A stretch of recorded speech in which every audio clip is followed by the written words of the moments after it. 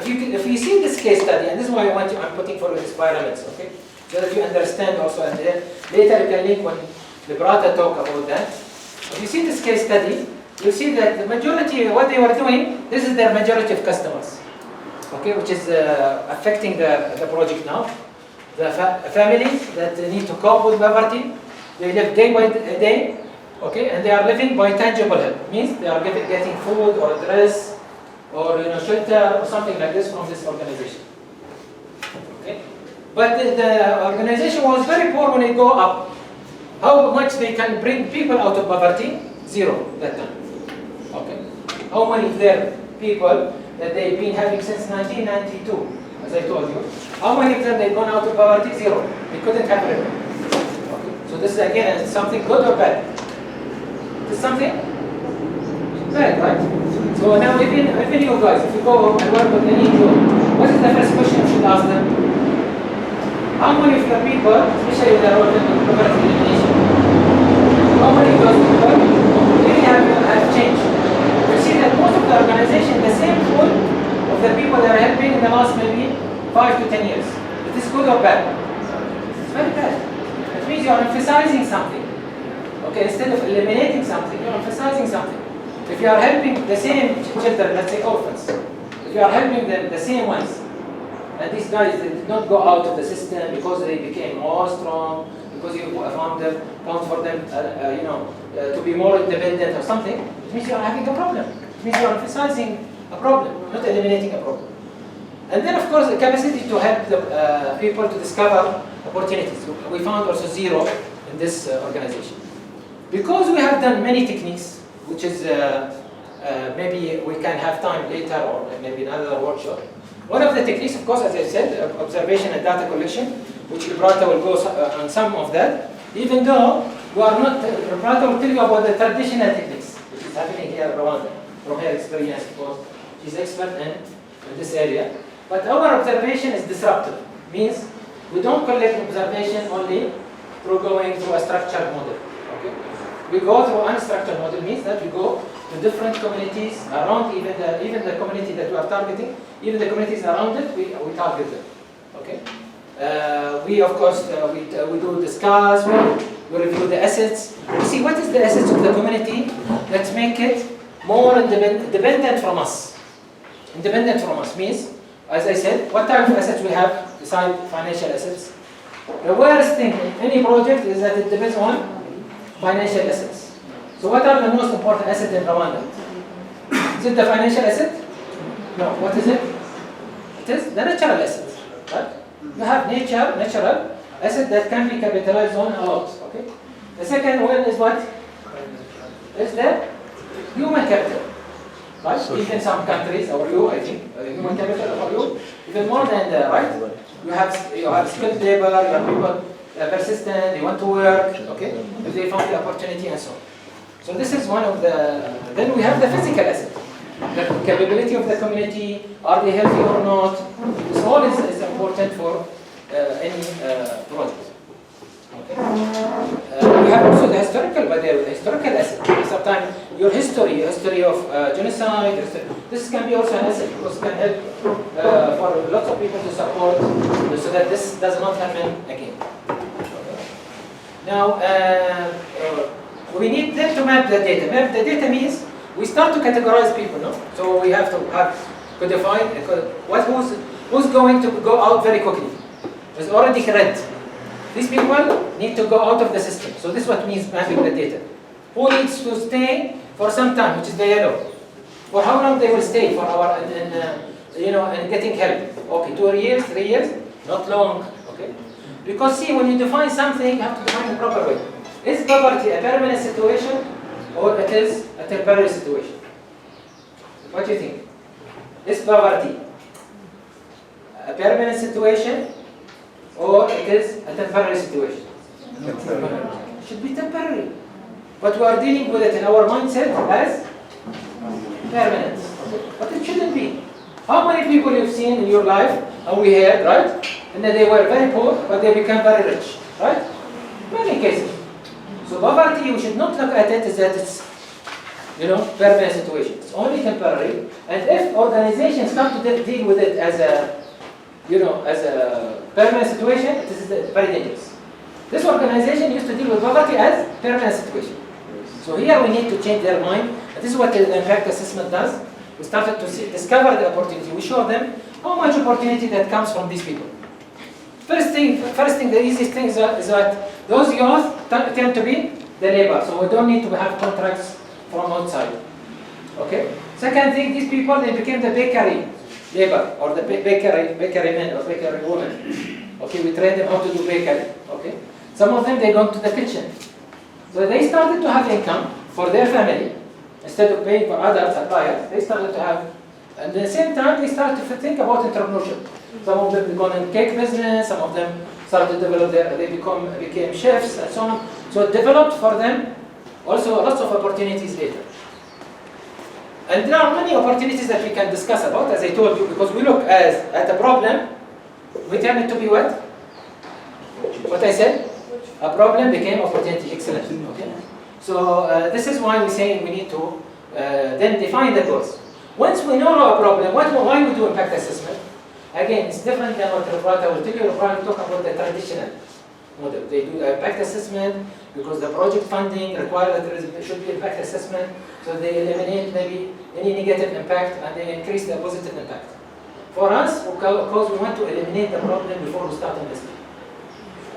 So for example, for us, instead of, let's say, if I work on sympathy or empathy, okay, you see this is the difference between sympathy and empathy. If let's say I come from Arab world, and I have many people behind me who can support me. Okay? Not only my family, but behind me. Oh, let's give these people, we need to support them because they are poor. Let's give them more money and pump money. Will this solve the problem? No. Temporarily, yes, but short and long term, make people more dependent, right? They become more dependent. But when you eliminate the problem and you start to make the problem smaller, and you say, now let's invest in bakery. Actually, now let's invest in bakery. Invest only in bakery machine. We show them they have to earn it, they work hard for it. After we saw them that they have started to break, they broken the chain of getting, paying for other bakeries, they started to get funds also from us and from different organizations to make a big bakery. Now they have not only big bakery, big training center, they have hotel, like hostel, but it's like hotel also. So it is good quality hotel and so on. So this comes only through, again, discovering the opportunities. They are turning the problem into opportunity. For example, they used to have a small place where people will sit and eat. Okay, what does this give you? The poor people will come and sit and eat. What does it give you an idea? This is a place of restaurant, right? So I can turn it to be a restaurant, okay? At the same time, for those who cannot afford, they come and eat, and with dignity, without showing that they have to, they are poor people and so on. So this is an example of how much we can tell things when we collect the right observation, the right way of collecting observation. So the case of Marhamat is gone from quantitative to qualitative over time. Okay, because we didn't do a quantitative, we could have not known how many, because they didn't have data. Sometimes when you do a project, you have, if there is no data, you have to start to do the data. You have to use the Excel sheet, you have to put the numbers, the right numbers, because such organizations sometimes, or even for your project, things will not be defined properly. And usually should not depend on secondary data. I know, for example, Rwanda is having very popular statistics, right, which is produced by the government. But you should have also your own data about your project so that you can really be specific on what you are trying to do. And then you start to mitigate, the risks after that, which is, we can go through that later. Okay. As I told you, this is for example, the triangle we used in this, the variables. You remember I talked about variables? So these are the variables we used in this project. The main variables. There are other variables, but these are the main ones we focus on. This organization, first of all, what are the demographics of the stakeholders?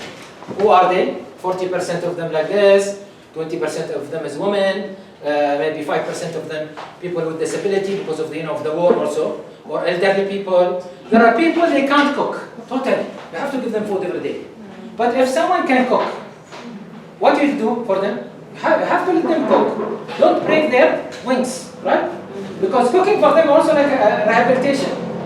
Okay? So whatever, and we define this by a very simple way. Can you do a tea? If she or he, as an old person or someone with disability, if he can get up from his chair and do a tea, then he can make maybe some of the food, okay? Cook it, because especially their food is very simple way of doing it. Mostly they eat vegetables and some meat and so on. So this is like one thing. Then, what is their role? Their role is not to help people in poverty. What is their role?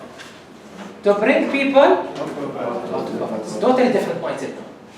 Okay? And remember, this mindset is very dangerous. Not the mind. Okay?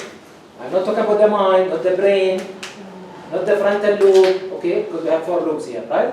I'm talking about the mindset, which is inside. Inside our brain, there is a mind. Very dangerous, right? Inside our mind, there is mindset. This mindset is controlling our life. And it depends on how we've been brought up. Okay? If we've been brought up, you need help, try to get money, just work for money, you don't think about other things, you don't see opportunities and so on, then you stay all your life like this. Even if you become a professional professor or whatever, or a rich man and so on. Okay? So this is very important, and we change the mindset of this. For that, we redesigned the goal for serving the poor, which is eliminating poverty in general. And this is why this project, we, as I told you, we got the first award from us. But later, of course, we got many awards, even international awards, because of how much people eliminated poverty. They gone out of poverty with them. So what will happen? What happened in this pyramid? We term now the model, and this is what we do. If we are going to do a project with you, one of the reasons we do, these assessments, workshops, and so on, is that we want to do projects actually in this country. Okay, we support to eliminate the number of people who are really need this help. They are really, we know from data, from visiting them, that these people, they deserve the help. Okay? Because they can't cook, they can't walk, they can't blah, blah, blah, okay? And they can't work for work and so on. Okay? And these are the people that we will going to support. Yeah, support by our project, right? But the most important thing is that are we really building the capacity of the people to come out of poverty over time? Okay? Because this is the idea. What's happening to us, ladies and gentlemen, brothers and sisters, my daughters and my sons, is that we are living in a capital-based economy. Right? I want to change your mind to come to our inspiration economy. The difference is so much different. Okay? See, capital-based economy is the formula based on this. Okay? This is the formula now is controlling your mindset. Okay? Supply versus demand, right? We are in our inspiration economy, we are saying no. Minimize the supply, raise the capacity. The capacity in the human capital, in the natural capital, okay, in my skills, I use my youth, use my natural resources, so that I can raise the demand. Okay, this is what we do, yeah, and this is what we did. We raised the capacity of the poor by first, number one, realizing that this youth is youth economy. Okay, they are good for youth economy. They can create lots of projects in the community. For that, this community now have many eco projects. Means that people can visit them to see, the beauty of the land. They can see the sheep and they can see and so on. And then they charge money for that. And then we raise their capacity to stay out of poverty. Because one of the things now, many governments or many communities, they claim that this year, for example, we brought many people out of poverty. But are they away really from poverty? No. When you say people out of poverty, it doesn't mean they are away from poverty line. It means any crisis happen, like Corona, like COVID, right, pandemic, what happened to those people?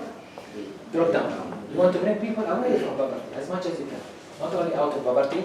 And this is what, again, why we do this impact assessment and so on.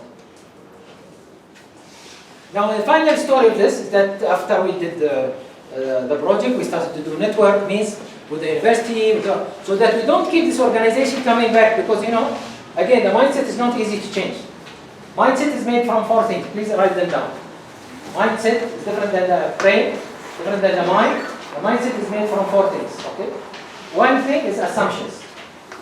Okay. Because we are getting used to some things, so we assume always that this is the right way. The second thing is attitudes. Okay. And this is very difficult to change. Then third thing is behavior. Okay. And last thing is reflections. So if we want to change the mindset, means we need to follow up more, follow up. The way we follow up, different techniques. Either we do it ourselves, or we bring people who from that community who will support them. For example, social workers in the College of Social Science, okay? Hospitals, they will do a checkups, proper checkups to avoid diseases, because if there is diseases, people get sick, means we're going to spend more money, or this organization going to spend more money and so on. Okay? So this is very important that we build this network, we prepare the codification and the classification in a proper way, and we train them how to manage their data. Because as I said, helping people is easy, but bringing people out of poverty is very difficult. If you want to bring people out of poverty and stay away from poverty, you have to have this always. Who now is turning to be from yellow, they are going to be green. How many for this red, we can bring them to yellow. Okay? How many will stay only red because they are too old, they are this total disability, they are bedridden. These people will stay, we should make them the less people, right? The majority of people, they can be yellow, they can be green. Any one of us can be an entrepreneur, can be someone who is independent from